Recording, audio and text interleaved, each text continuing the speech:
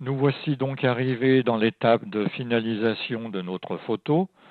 Dans l'épisode précédent, je vous rappelle que nous avons réalisé le tone mapping et que nous avons appliqué un certain nombre de réglages pour améliorer la photo. Je voulais faire une petite parenthèse sur ce logiciel HDRFX Pro. Il appartient à la suite Nik Collection. C'était dans le temps la suite Nik Software qui a été rachetée par Google.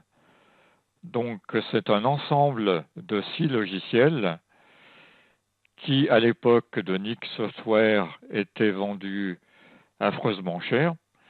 Et maintenant, ils sont vendus au 6e de leur tarif par Google. Donc ça vaut le coup peut-être de regarder du côté de ces logiciels.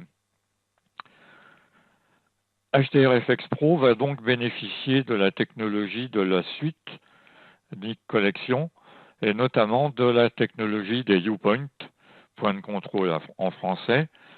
Ça permet de faire un réglage très localisé de la photo. Je vais vous en faire la démonstration.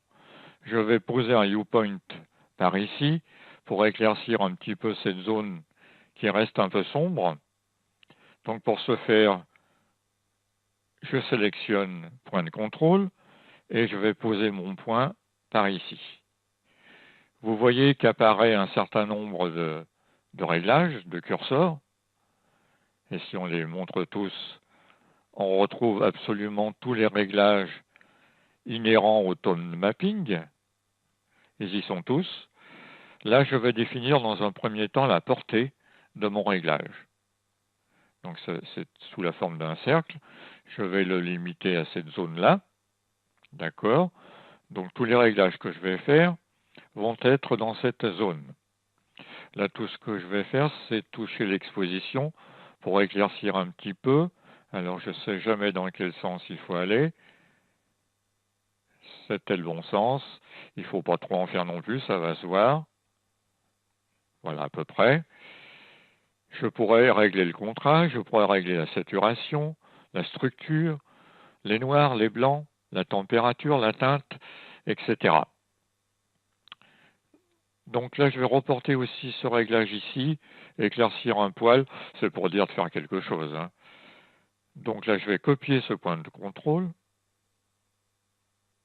je le duplique dans cette zone, donc ça me duplique les réglages que j'ai appliqués. Là, c'est un petit peu trop, je baisse un petit peu l'exposition, voilà, pas plus.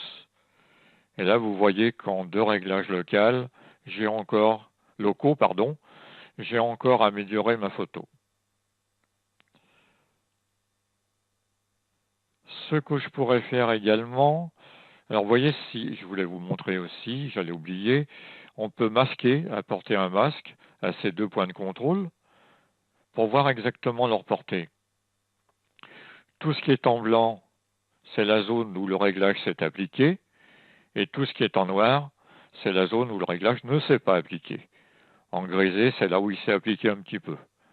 Donc vous voyez que j'ai bien appliqué mes réglages là où je voulais. J'ai quasiment pas touché la tour, j'ai bien touché le feuillage. Cette possibilité de faire apparaître ce masque est très intéressante.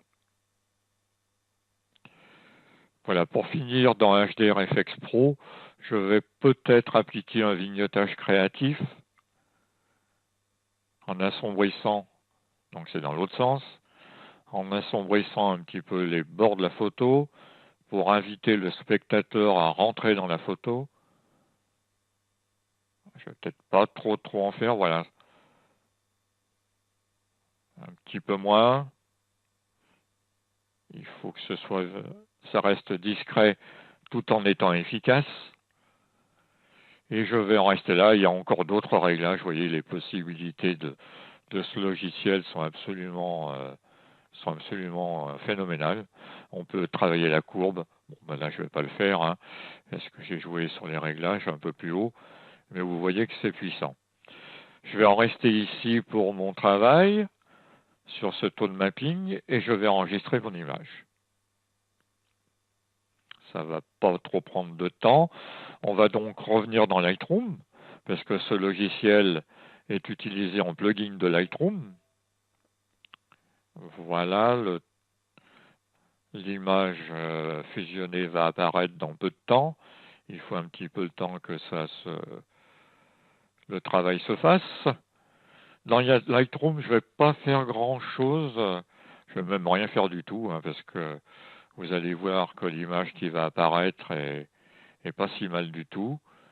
Donc là, ça prend un petit peu de temps. Je vais mettre en pause le temps qu'elle arrive.